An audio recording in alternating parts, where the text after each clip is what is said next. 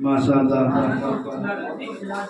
ये थे हमारे बचपन के साथी शायर इस्लाम हाजी जनाब मोहतरम यूसुफ रज़ा साहब बहुत ही अच्छे अंदाज में आपके सामने आपके मंतखब गुनगुना रहे हैं। मैं दिल से इनके लिए दुआ करता हूँ रब करीम इनको और अच्छे अंदाज में पढ़ने की तौफीक अता फरमाए और इसी हालत में इनको जीने की और इसी हालत में इनको मरने की तौफीक अता फरमाए अल्लाह के साथ जल्द से जल्द इंशाअल्लाह। नहमदुहु व नसल्ली अला रसूलिल करीम अम्मा बाद अऊज़ु बिल्लाहि मिनश शैतानिर रजीम बिस्मिल्लाहिर रहमानिर रहीम या अय्युहल्लज़ीना आमनु तक़ुल्लाहा व कूनू मअस सादिक़ीन सदक़ल्लाहु मौलाना अज़ीम व सदक़ा रसूलुहुल नबियुल अमीनुल मुबीनुल नबीयुल करीम व नहनु अला ज़ालिका लमिनश शाहिदीन व शाकिरीन वल्हम्दुलिल्लाहि रब्बिल आलमीन।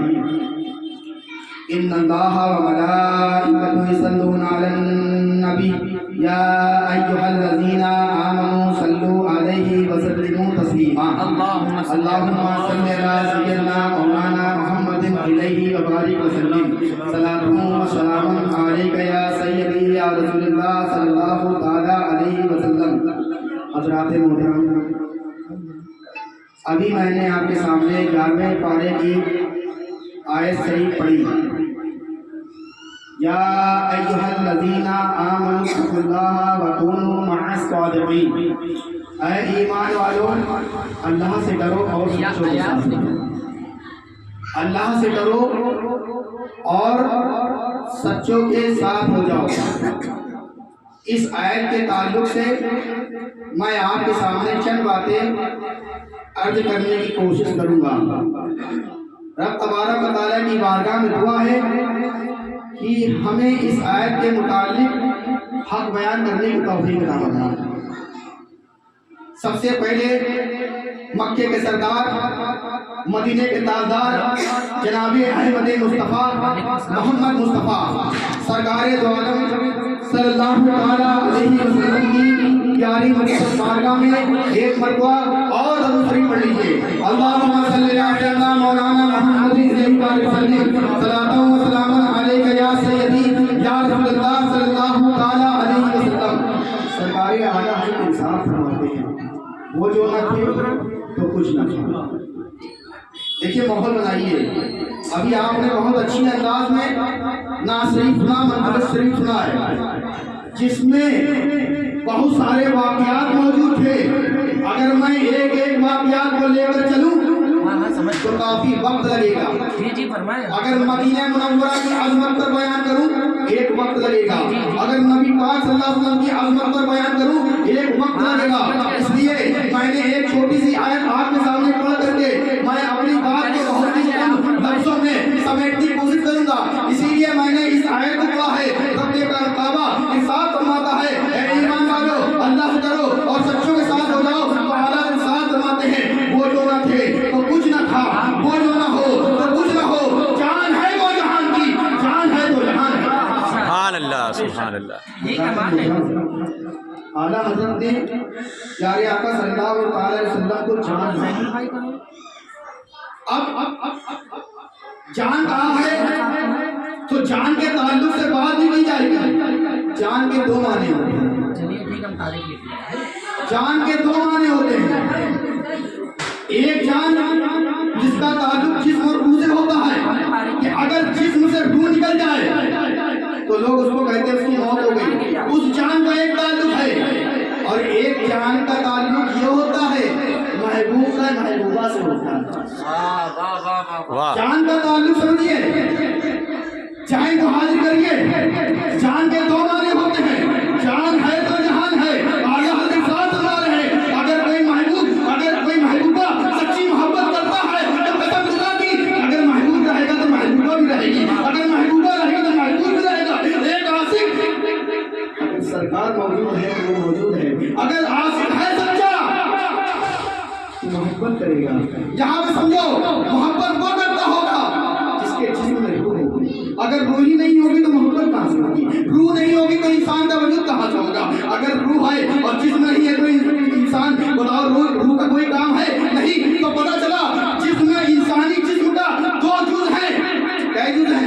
देखिए मैं आपके जहन को याद कर रहा हूँ यूसुफ साहब, सुनिए बहुत बड़ी बात आपको बता रहा हूँ।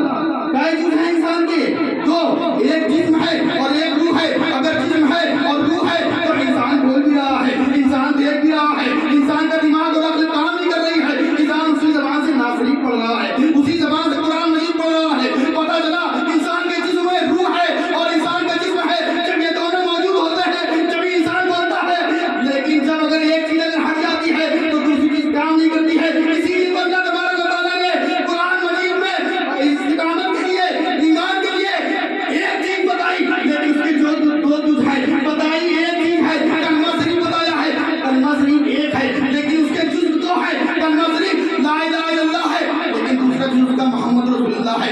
अगर कोई ला इलाहा इल्लल्लाह पढ़ ले और मोहम्मद रसूलुल्लाह ना पढ़े मुसलमान नहीं होगा। वो जो होगा चीज एक है, फिर सुनिए मोहम्मद समझिए, चीज एक है जुज़ दो है। कलमा एक है जुज़ उसके कई दो है। अगर सुनिए जिस्म है, रूह है, अगर रूह नहीं है तो जिस्म कोई काम नहीं। अगर जिस्म है नहीं, जिस्म नहीं है, रूह है तो रूह का कोई काम नहीं। पता चला जिस्म हो रूह हो तभी इंसान बनता है। अब सुनो इंसान की भी दो क्वालिटियां हैं, एक इंसान ईमान वाला है और एक इंसान काफिर है।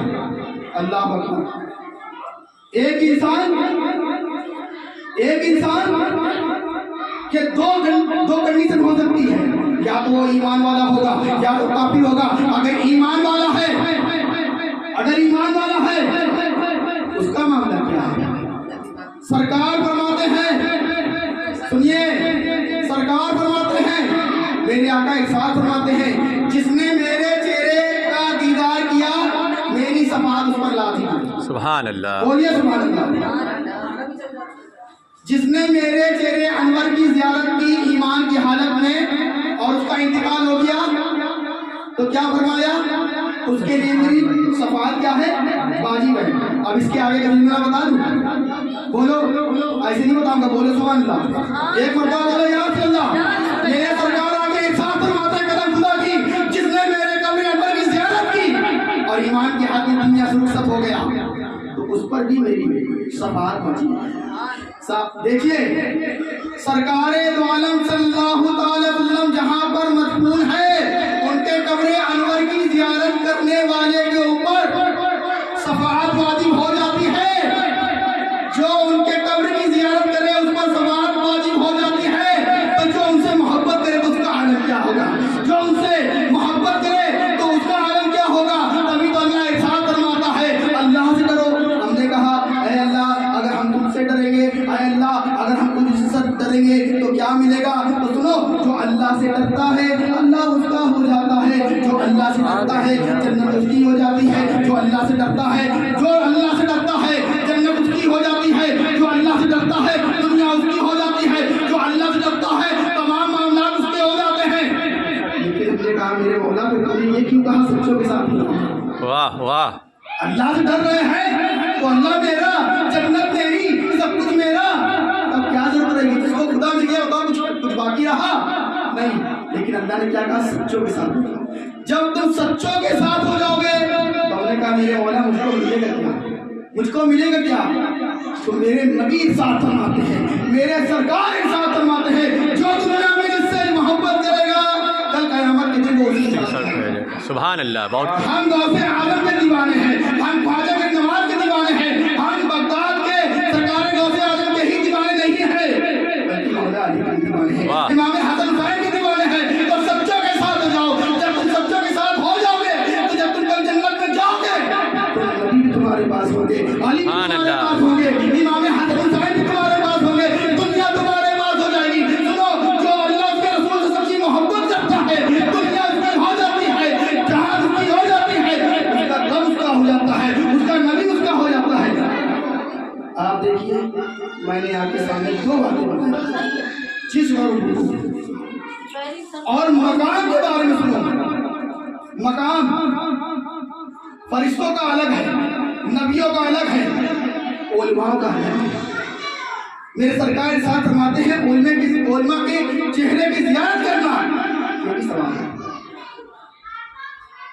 5 چیزیں ایسی ہیں جن کی زیارت کرنا ثواب ہے، علماء کی یا اپنے پیر و مرشد کی چہرے انور کی زیارت کرنا۔ اگر پیر حق ہے تو اس کے چہرے کی زیارت کرنا ثواب ہے، کعبہ شریف کو دیکھنا ثواب ہے، تو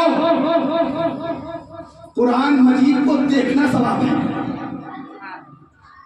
اور اپنے والدین کے چہرے کو بھی دیکھنا ثواب ہے۔ سبحان اللہ۔ اور میرے رسول کی روضہ انور کو ایمان کی حالت میں دیکھنا بھی ثواب ہے۔ میں آپ کو بتا دوں، سرکار غوث اعظم کے تعلق سے یہاں پر محفل سجائی گئی ہے، وہ غوث جن کی ولادت یکم رمضان مبارک کو ہوئی، سن 470 ہجری میں ہوئی۔ کتاب کا نام القلائد الجواہر شریف۔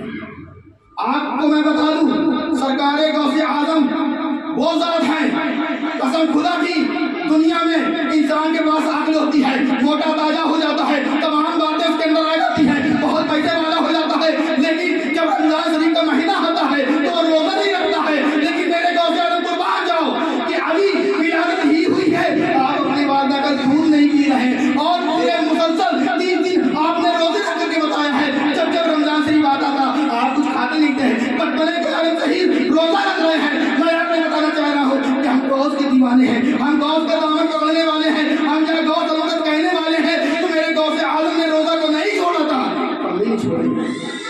صدقہ رسول پاک کا جھولی میں ڈال دو، صدقہ رسول پاک کا جھولی میں ڈال دو۔ ہم قادری فقیر ہیں یا غوث المدد، ہم قادری فقیر ہیں یا غوث المدد۔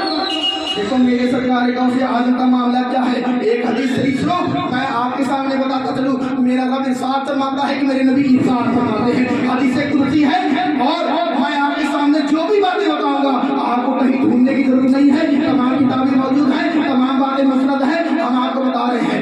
میرا رب ارشاد فرماتا ہے کہ میرے آقا ارشاد فرماتے ہیں کہ جب بندہ فرض نمازوں کو ادا کرتا ہے، سنت نمازوں کو ادا کرتا ہے، نافل نمازوں کی کثرت کرتا ہے، تو یہ وقت ایسا آ جاتا ہے نماز بندہ پڑھنے لگتا ہے، اور جب نمازیں پڑھنے لگتا ہے، نفل کی کثرت کرنے لگتا ہے، اللہ کا ذکر اذکار کرنے لگتا ہے، تو میرا رب ارشاد فرماتا ہے میرا بندہ وہ میرے اتنا قریب ہو جاتا ہے کہ زبان سے وہ بولتا ہے تو زبان میں اس کی بن جاتا ہوں، جس ہاتھ سے وہ پکڑتا ہے میں اس کا ہاتھ بن جاتا ہوں، جس پائے سے وہ چلتا ہے میں اس کا پائے بن جاتا ہوں۔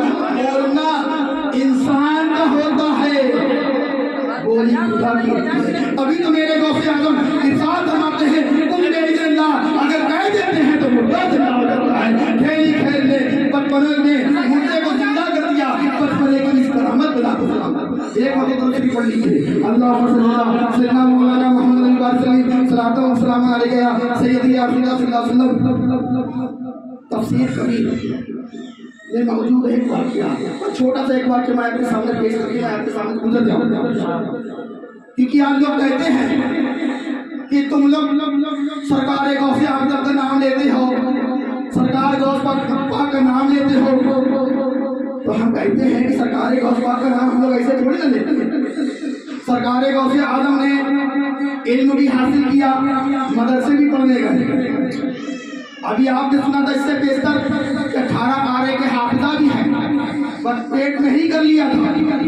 اور آپ جب واعظ فرماتے تھے تو مائک نہیں ہوتا تھا، 70 ہزار کا مجمع ہوتا تھا، اور تنہا بیٹھ کر کے 4-5 گھنٹہ تقریر کرتے تھے، خوف خدا میں ایسی تقریر کرتے تھے، خوف خدا میں ایسی تقریر کرتے تھے۔ اگر تقریر میں چور آتا تھا، جوانی آتا تھا، شرابی آتا تھا، اگر بدکار آتا تھا وہ ایمان والا ہو جاتا تھا، اگر بدکار آتا تھا وہ ایمان والا آتا تھا، چور آتا تھا عطار بن جاتا تھا، اور اس کو بغیر کے درجہ نہیں جایا کرتا تھا۔ کہ خوف خدا میں جب تقریر کرتے تھے تو ایسا معاملہ بھی آیا ہے کہ سرکار غوث اعظم کی تقریر جو سنتے تھے درجہ کاری ہو جاتا تھا، روح نکل جایا کرتی تھی، لوگوں کی روح نکل جایا کرتی تھی۔ وہ سرکار غوث اعظم ہے۔ ارے میرے سرکار غوث اعظم کے جلال کی بات کرتے ہو، ایک एक मरतबा आप आवाज फरमा रहे थे और आवाज फरमाने के दौरान एक चील आता है आसमान पे और आवाज करने लगता है, आप तकरीर कर रहे थे, आपकी तकरीर में खलल पैदा हो जाता है, फिर एक मरतबा देखते हैं, फिर आप तकरीर करने लगते हैं, दो मरतबा,